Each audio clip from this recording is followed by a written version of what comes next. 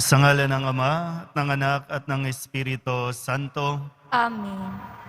ang pagpapala at kapayapaan mula sa Diyos na Ama natin at sa Panginoong Heso Kristo, naway sumainyo. At sumaiyo rin. Mga kapatid, sa harap ng may kapal, hindi tayo karapat-dapat. Naunawaan ni na Isaías, Pablo at Pedro ang kanilang di karapat-dapat nang ipamalas sa kanila ng Panginoon ang kanyang kapangyarihan. Upang tayo ay maging marapat, gumanap sa banal na pagdiriwang, aminin natin at pagsisihan ang ating mga kasalanan. Inaamin ko sa makapangyarihang Diyos at sa inyo mga kapatid, na luba akong nagkasala sa isip, sa salita at sa gawa, at sa aking pagkukulang. Kaya isinasamo ko sa mahal na Birhen Maria, sa lahat ng mga anghel at mga banal, at sa inyo mga kapatid, na ako'y panalangin sa Panginoong ating Diyos. Kawaan tayo ng makapangyarihang Diyos, patawarin tayo sa ating mga kasalanan at patnubayan tayo sa buhay na walang hanggan. Amen. Panginoon, kaawaan mo kami. Panginoon, kaawaan mo kami. Kristo, kaawaan mo kami. Kristo, kaawaan mo kami. Panginoon, kaawaan mo kami. Panginoon, kaawaan mo kami.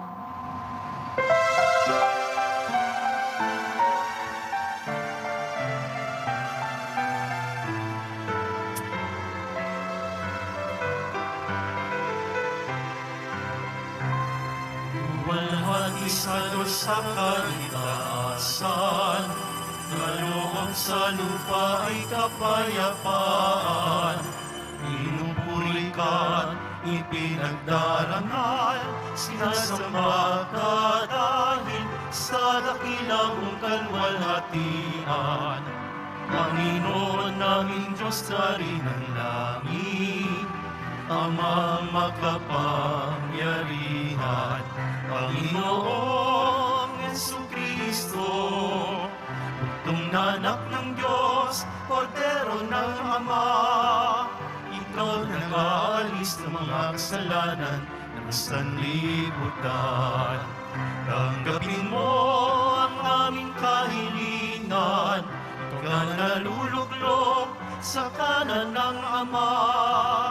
Maawa ka sa amin, ikaw lamang ang banal, Panginoong Jesucristo, kasama ng Espiritu, sa luwalhati ng Ama. Amen, Amen, Amen, Amen.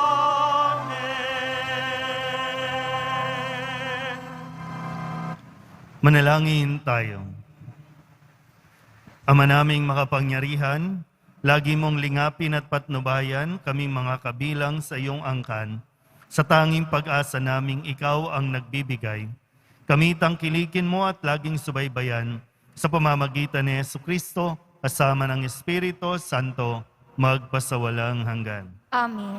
Magsiupo na po ang lahat. Pagbasa mula sa aklat ni Propeta Isaías. Nang taong mamatay si Haring Uzias, nakita ko ang Panginoon. Nakaupo siya sa isang napakataas na luklukan. Ang laylayan ng kanyang damit ay nakalatag sa buong templo. May mga serapin sa kanyang ulunan, at bawat isa'y may 6 na pakpak. Wala silang tigil ng kasasabi sa isa't isa ng ganito: Banal, banal, banal ang Panginoon, Diyos ng mga hukbo. Ang kanyang kaniningay lalaganap sa sanlibutan.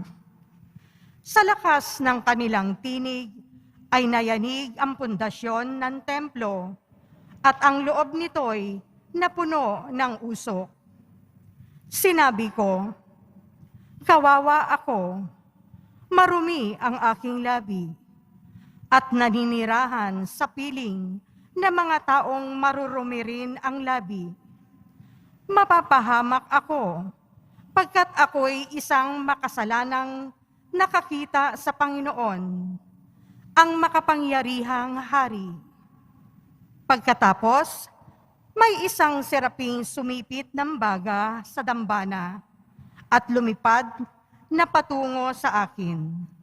Ang baga ay idiniit sa aking mga labi at sinabi, "Wala ka ng sala, napawi na ang mga kasalanan mo." Narinig ko ang tinig ng Panginoon. Sino ang aking ipadadala? Sino ang aming susuguin?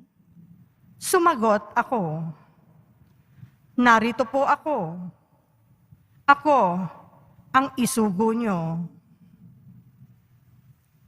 Ang salita ng Diyos. Salamat sa Diyos. Poon kita'y pupurihin sa harap ng mga anghel. Poon kita'y pupurihin sa harap ng mga anghel. Ako, poon, buong pusong aawit ng pasalamat. Sa harap ng mga anghel, pupurihin kitang ganap. Sa harap ng iyong templo, ayuyuko at gagalang. Pupurihin kita roon, pupurihin ang iyong ngalan. Poon kita'y pupurihin sa harap ng mga anghel. Dahilan sa pag-ibig mo at sa iyong katapatan, ika'y tunay na dakila, pati iyong kautusan. Noong ako ay tumawag, tinanggap ko ang tugon mo. Sa lakas mong itinulong, ay lumakas agad ako. Poon kita'y pupurihin sa harap ng mga anghel. Dahilan sa pangako mong narinig ng mga hari, pupurihin ka ng lahat at ika'y ipagbubunyi. Ang lahat ng ginawa mo ay kanilang aawitin at ang kadakilaan mo ay kanilang sasambitin. Poon kita'y pupurihin sa harap ng mga anghel.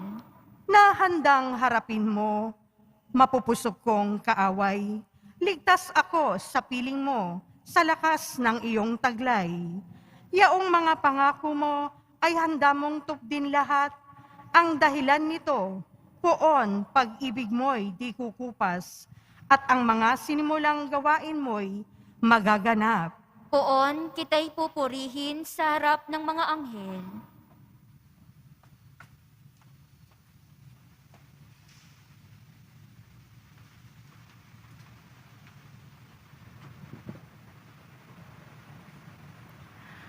Pagbasa mula sa unang sulat ni Apostol San Pablo sa mga taga-Korinto. At ngayon ipinaalala ko sa inyo, mga kapatid, ang mabuting balita na ipinangaral ko sa inyo. Yan ang pahayag na inyong tinanggap at naging saligan ng inyong pananampalataya. Sa pamamagitan nito'y naligtas kayo. Kung matatag kayong nananangan sa salitang ipinangaral ko sa inyo, liban nga lamang kung kayo'y sumampalataya na di iniisip ang inyong sinampalatayanan. Sapagkat ibinigay ko sa inyo itong pinakamahalagang aral na tinanggap ko rin. Si Kristo'y namatay dahil sa ating mga kasalanan bilang katuparan sa nasasaad sa kasulatan. Inilibing siya at muling nabuhay sa ikatlong araw ayon din sa kasulatan. At siya'y napakita kay Pedro, saka sa 12. Pagkatapos, napakita siya sa mahigit na 500 kapatid na nagkakatipon. Marami sa kanila'y buhay pa hanggang ngayon, bagamat patay na ang ilan. At napakita rin siya kay Santiago, sa mga apostol na sama-sama noon. Sa kahuli-hulihay, napakita rin siya sa akin. Bagamat ako'y tulad ng batang ipinanganak ng di kapanahunan, sapagkat ako ang pinakahamak sa mga apostol. Ako'y di karapat-dapat tawaging apostol, sapagkat inusig ko ang simbahan ng Diyos. Ngunit dahil sa kagandahang loob niya, ako'y naging apostol at hindi naman nawala ng kabuluhan ang kaloob nilang ito sa akin. Nagpagal ako ng higit kaysa kanino man sa kanila, bagamat hindi ito sa sarili kong kakayanan, kundi sa tulong ng Diyos sa akin. Kaya't maging ako o sila, ito ang ipinangangaral namin, at ito ang pinanaligan ninyo. Ang salita ng Diyos. Salamat sa Diyos. Magsitayo po ang lahat.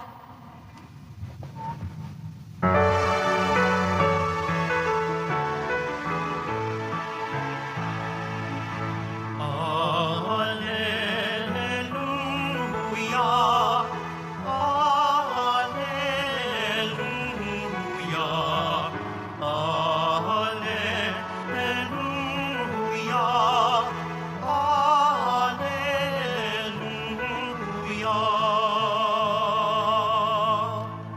Sumunod kayo sa akin, at kayo'y aking gagawin katambal ko sa tungkulin. Alleluia, alleluia, alleluia, alleluia.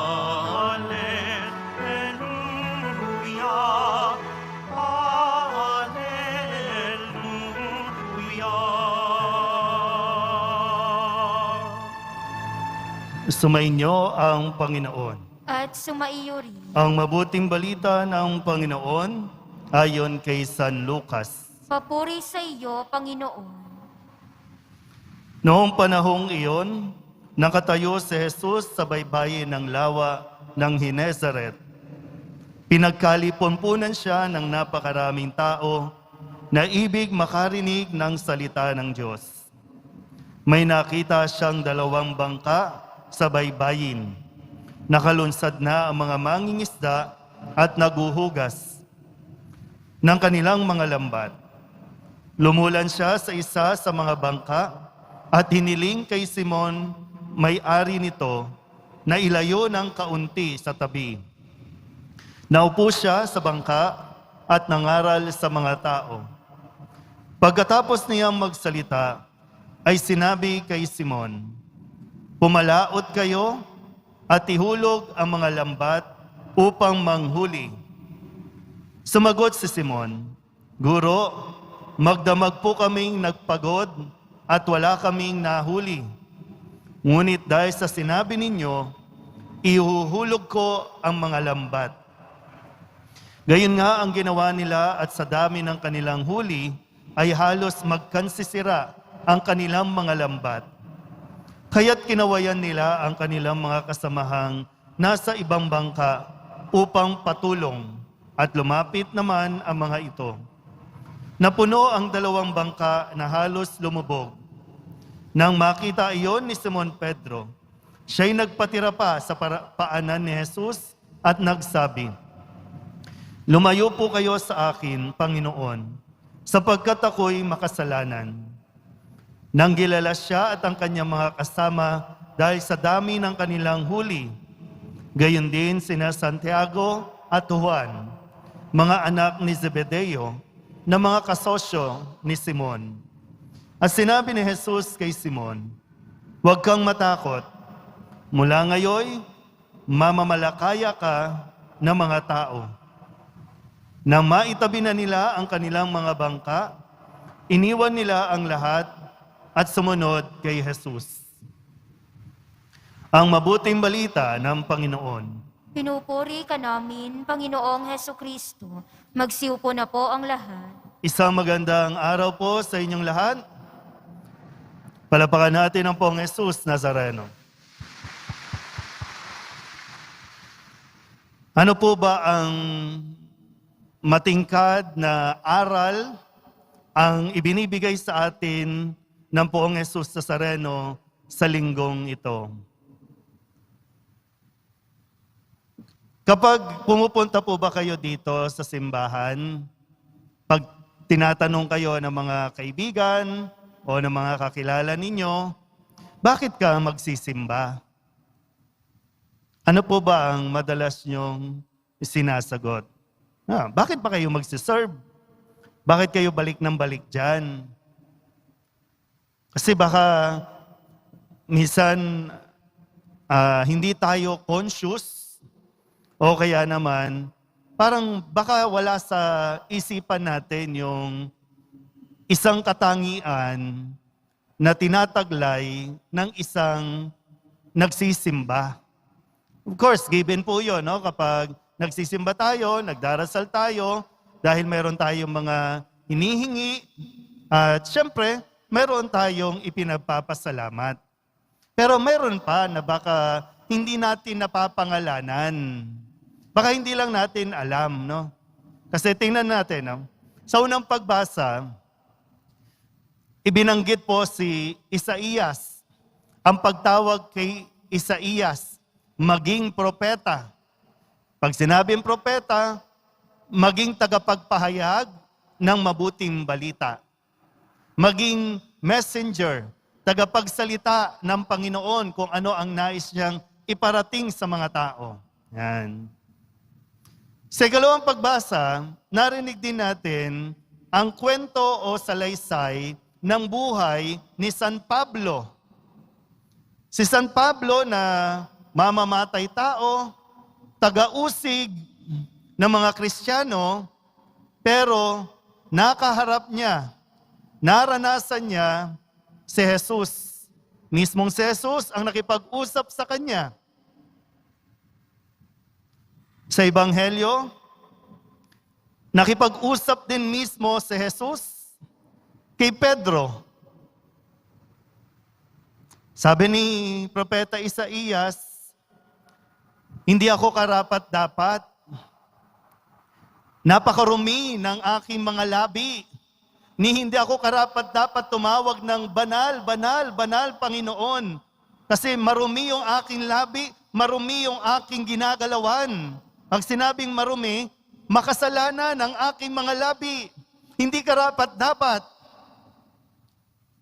Gaya ng nabanggit ko, si San Pablo, pumapatay, pero pinagpakitaan ng poong Jesus Nazareno. At sabi rin niya, bagamat hindi siya karapat-dapat, pero napakita sa kanya ang Panginoon. Ganon din sa Ebanghelyo. Sabi ni Pedro, lumayo po kayo sa akin. Kasi naranasan ni Pedro mismo kung paano, o narinig niya, paano magsalita sa Jesus, anong milagro ang pwede niyang gawin. At ang sabi ni Pedro, no, nagpatira pa sa paanan ni Jesus, lumayo po kayo sa akin, Panginoon, sapagkat ako'y makasalanan.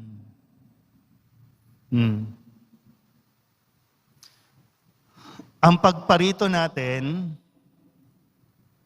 yung pagmimisa ko, wala isa man sa atin ang pupwedeng magmalaki at sabihin, karapatan ko ito. Dapat ako naririto. Ako lang ang pwede magmisa. Ako lang ang pwede mag-serve. Wala isa man sa atin kung tutuusin ang karapat-dapat umarap sa poong Jesus Nazareno. Pero, ninanais ng Diyos at ninais niyang magkatipon-tipon tayo dito. Ninais ng poong Jesus Nazareno na sa kabila ng aking karumihan, sa kabila ng aking pagkamakasalanan, ninais niya na pamunuan ko ang misang ito. Hindi dahil karapatan ko ito. Kaya sabi ko kanina, no? Ang pagparito natin ay tanda ng ating pagpapakumbaba. Hindi tayo, yung opposite, no? Hindi ito, yung pagpunta natin dito ay isang pagpapatunay na kailangan natin ang Diyos. Yung ina-acknowledge natin, yung kinikilala natin na kailangan natin ang Diyos. Dahil ang isang taong hindi kumikilala at nagsasabing kailangan niya ang Diyos, yan yung taong mapagmataas. Sabihin niyo nga po, mapagmataas. Bakit ako magsisimba? Successful naman ako. Bakit ako magsisimba? Hindi ko kailangan yan. Nagdarasal naman ako. Hinay-hinay, kasi baka yung mga dahilan natin ay nagiging palatandaan na nagiging mapagmataas na tayo. Yung bang kahit na sabihin mo, hindi ako magsisimba kasi makasalanan ako, madaming kahalayan na ginagawa sa mundong ito, nakakahiya naman. Nahihiya ka ba talaga o nagmamataas ka lang? Pag nilaya na mabuti, yung mga dahilan natin, na kaya hindi nakakapagsimba yung marami, ay dahil mataas na masyado ang tingin sa sarili. Hindi na kailangan ng simba. Hindi na kailangan ng magpunta ng simbahan. Diretso na lang ako. Ano, malakas ka sa Diyos? Gusto mo bang sabihin na malakas ka sa Diyos? Kaya sana nga po, yung pagparito natin ay pagpapakita at pag-amin na wala ang lahat o baliwala ang lahat ng mayroon tayo. O hindi natin makukuha ang mga bagay na mayroon tayo kung wala ang pahintulot ng Diyos. Tandaan mo po yan. Tandaan nating lahat ito. Kaya kung sakasakali po, mayroon kang hinihiling, hindi pa ipinagkakaloob, sino tayo para magdamdam at magtampos sa Diyos? Kanya lahat Kanya. Imihingi lang tayo. Kung ipagkaloob, salamat sa Diyos. Kung hindi, siyang nakakalam kung bakit ayaw niyang o ayaw pa niyang ibigay sa iyo. Pero wag na wag tayong magmamataas sa Diyos dahil walang-wala talaga tayo sa harapan niya. Kahit ikaw pa ang pinakamayaman sa mundong ito, kung hindi mo kikilalanin ng Diyos at hindi mo titingnan ang iyong sarili na pinakamababa, baliwala yan. At doon po magsisimula, doon din papasok ang pagbabago na hinihintay na makita sa atin. Amen? Sumasampalataya ako sa Diyos amang makapangyarihan sa lahat na may gawa ng langit at lupa. Sumasampalataya ako kay Jesucristo, iisang anak ng Diyos, Panginoon nating lahat. Nagkatawang tao siya, lalang ng Espiritu Santo, ipinanganak ni Santa Mariang Birhen, pinapakasakit ni Poncio Pilato, ipinako sa krus sa matay inilibing, nanahog sa kinaroroonan ng mga yumao. Nang may 3 araw, nabuhay na maguli, umakyat sa langit, naluluklok sa kanan ng Diyos sa mga makapangyarihan sa lahat. Doon magmumula ang paririto at uhukom sa nangabubuhay at nangamatay na taong. Sumasampalataya naman ako sa Diyos Espiritu Santo, sa banal na simbahang Katolika, sa kasamahan ng mga banal, sa kapatawaran ng mga kasalanan, sa pagkabuhay na muli ng nangamatay na tao, at sa buhay na walang hanggan. Mga kapatid, tayo dumalangin ngayon sa ating Amang mapagmahal upang sa aming pagsusumikap maisabuhay ang iyong pag-ibig na kami lubos na makilala ng mundo bilang mga alagad ng iyong anak na si Jesucristo. Buong puso tayong manalangin. Panginoon, puspusin mo kami ng iyong pag-ibig. Panginoon, puspusin mo kami ng iyong pag-ibig. Puspusin mo kami, O Diyos, ang mga namumuno sa aming simbahan at pamayanan ng inyong makapangyarihan ay hindi makasariling pag-ibig upang maisulong namin ang hustisya at kapayapaan na iyong hatid para sa lahat. Manalangin tayo. Panginoon, puspusin mo kami ng iyong pag-ibig. Hilumin mo, O Diyos, ang aming mga pusong nasugatan ng masamang nakaraan upang matamo namin ang tunay na pag-ibig na itinuro sa amin ng iyong anak na si Jesus. Manalangin tayo. Panginoon, puspusin mo kami ng iyong pag-ibig. Pukawin mo, O Diyos, ang puso ng mga kabataang nagnanais maging pari o madre upang makatugon sila sa iyong tawag ng buong puso at may pag-aalay ng sarili. Manalangin tayo. Panginoon, puspusin mo kami ng iyong pag-ibig. Ipadama mo, O Diyos, ang iyong awa at dakilang pag-ibig sa mga kapatid naming pumanaw na umaasa sa iyong biyaya ng buhay na walang hanggan. Manalangin tayo. Panginoon, puspusin mo kami ng iyong pag-ibig. Idulog din natin sa Panginoon ang ating mga personal na kahilingan at mga panalangin para sa ating mga pamilya. Ganon din ang lahat ng mga misang pasasalamat, espesyal na intensyon at mga kaluluwa na inihiling na ipagdasal sa misang ito.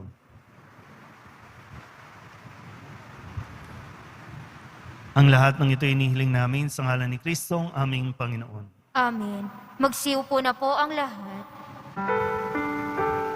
Manalangin kayo mga kapatid upang paghahain natin ay kalugdan ng Diyos sa mga makapangyarihan.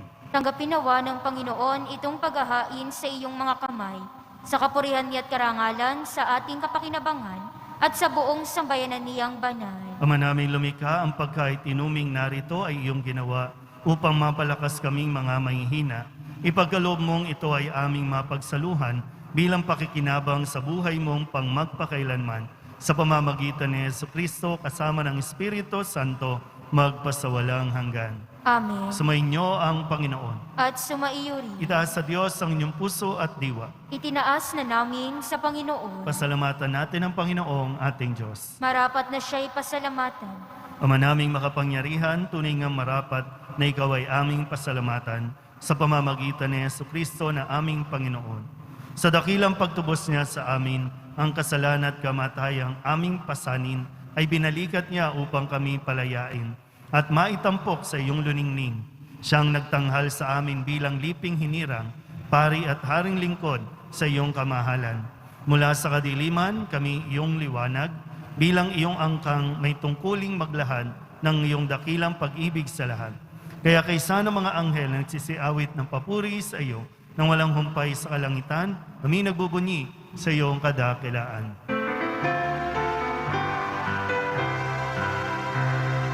Banal ka, poong may kapal, banal ang iyong pangalan, banal ang iyong kaharian, langit lupa'y nagpupugay sa iyong kadakilaan, dinarakilaan ng lahat ang naparito mong anak, na siyang nagmulat sa bulat, sa pilay ay nagpalakad, at nakiramay sa lahat.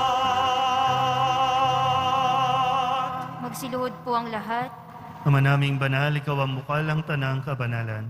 Kaya't sa pamamagitan ng iyong Espiritu, gawin mong banal ang kaloob na ito upang para sa aming maging katawan at dugo ng aming Panginoong Hesukristo. Bago niya pinagtiis ang kusang loob na maging handog, inawakan niya ang tinapay, pinasalamatan kaniya, pinagati-hati niya iyon, iniabot sa kanyang mga alagad at sinabi, tanggapin ninyong lahat ito at kanin, ito ang aking katawan na iahandog para sa inyo.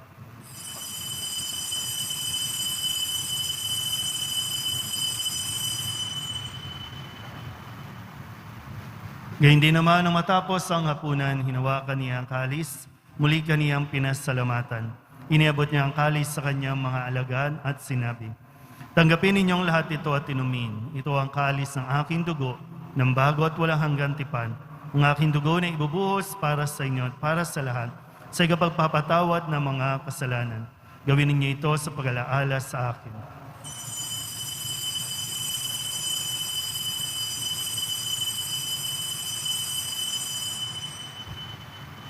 Magsitayo po ang lahat.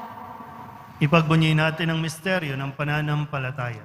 Si Kristo'y namatay, si Kristo'y nabuhay. Si Kristo'y babalik sa wakas ng panahon.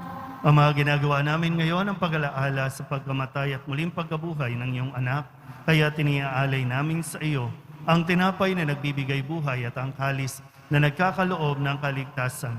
Kami napapasalamat dahil kami iyong minarapan na tumayo sa harap mo para maglingkod sa iyo. Isinasamo namin kami magsasalo-salo sa katawan at dugo ni Kristo ay mabuklod sa pagkakaisa sa pamamagitan ng Espiritu Santo. Ama, lingapin mo ang iyong simbahang laganap sa buong daigdig. Puspusin mo kami sa pag-ibig kay San Francisco na aming Papa at ni Jose na aming Obispo at ng Tanang Kaparian. Alalahanin mo rin ang mga kapatid naming nahimlay na may pag-asang sila'y muling mabubuhay, gayon din ang lahat ng mga pumanaw. Kawaan mo sila at patuloyin sa iyong kaliwanagan. Kawaan mo at pagindapating kaming lahat na makasalo sa iyong buhay na walang wakas. Kaysa ng mahal na Birhen Maria na Ina ng Diyos, ng kabiyak ng puso niyang San Jose, kaysa ng mga apostol at ng lahat ng mga banal na namuhay dito sa daigdig ng kalugod-lugod sa iyo, may pagdiwang nawa namin ang papupuri sa ikararangal mo sa pamamagitan ng iyong anak na aming Panginoong Hesukristo. Sa pamamagitan ni Kristo, kasama niya at sa Kanya, ang lahat ng parangal at papuri ay sa iyo, Diyos Ama, makapangyarihan, kasama ng Espiritu Santo, magpasawalang hanggan. Amen, amen, amen, amen.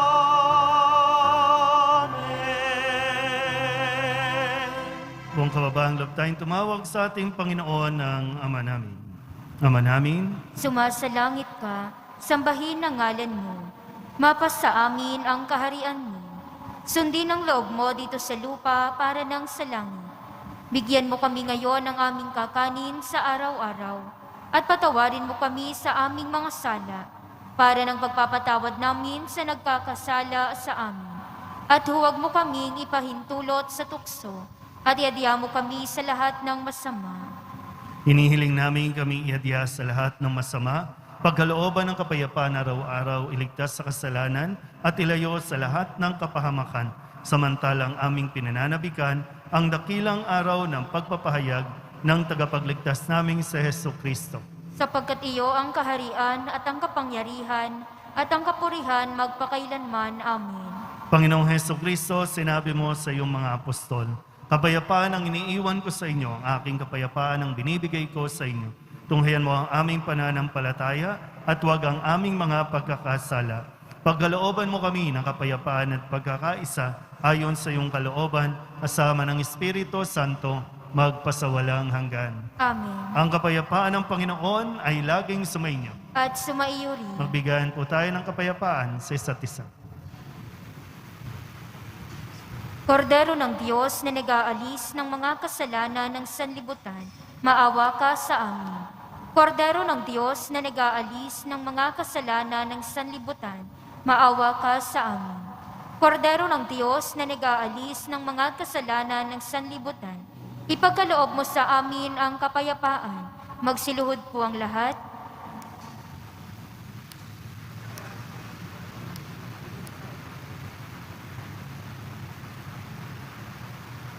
Ito ang kordero ng Diyos. Ito nag-aalis ng kasalanan ng sanlibutan. Mapalad ang mga inaanyayahan sa kanyang piging. Panginoon, hindi ako karapat-dapat na magpatuloy sa iyo. Ngunit sa isang salita mo lamang ay gagaling na ako. Katawan ni Kristo, Amen.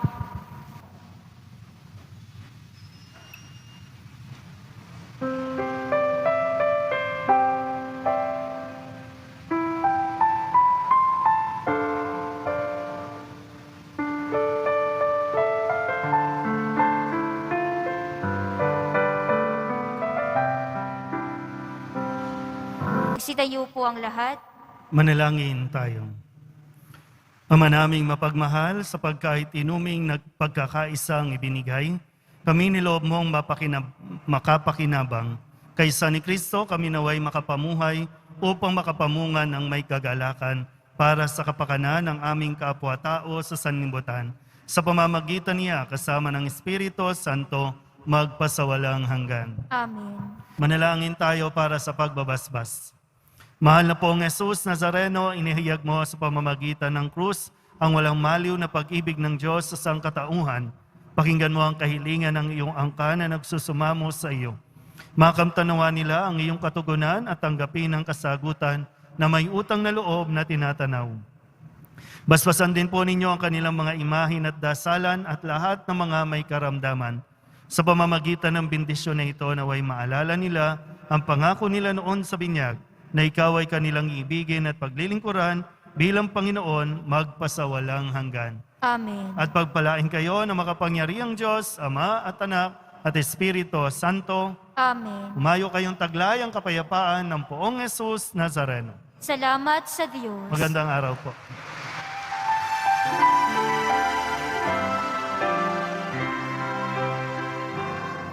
Nuestro Padre Jesus Nazareno, sinasamba ka namin. Pinipintuho ka namin. Aral mo ang aming buhay at kaligtasan.